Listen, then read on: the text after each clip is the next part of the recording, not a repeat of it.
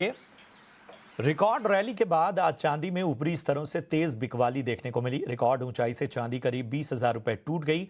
वहीं सोने में भी रिकॉर्ड ऊंचाई से 3,000 रुपए की गिरावट देखने को मिली।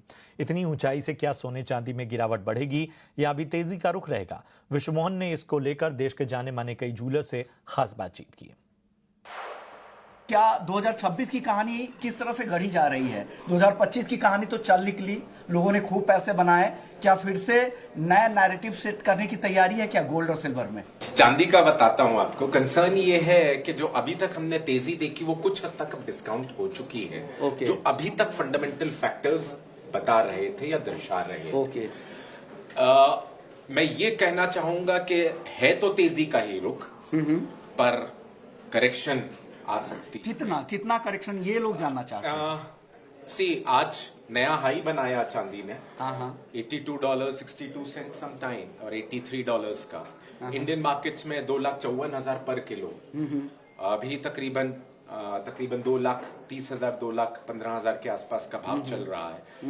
और मेरा सोचना ये है कि तकरीबन जो आज की स्थिति है उसके हिसाब से अगर करेक्शन आए तो जो फंडामेंटल वैल्यूएशन या प्राइस होगा सिल्वर का पर केजी 1,80 या 1,90,000 के आसपास जस्टिफाई करेगा रुपी टर्म्स। पूरे साल की बात करें तो 55 के आसपास का एक बेस बन गया, लेकिन इंडियन मार्केट्स की बात करें तो 2.5 के आसपास का जो बेस है ये काफी स्ट्रांग बेस और काफी स्ट्रांग डिमांड के लिए काम करेगा।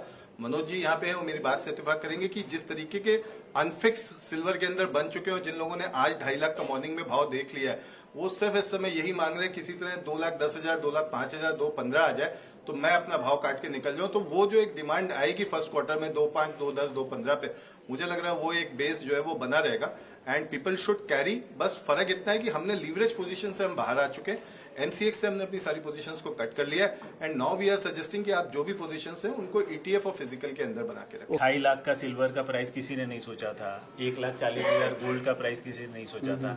तो जो एक निवेशक है या ट्रेडर है उसे अपना रिस्क समझना बहुत जरूरी है। देखिए, फोमो चारों तरफ क्रिएट हो चुका है।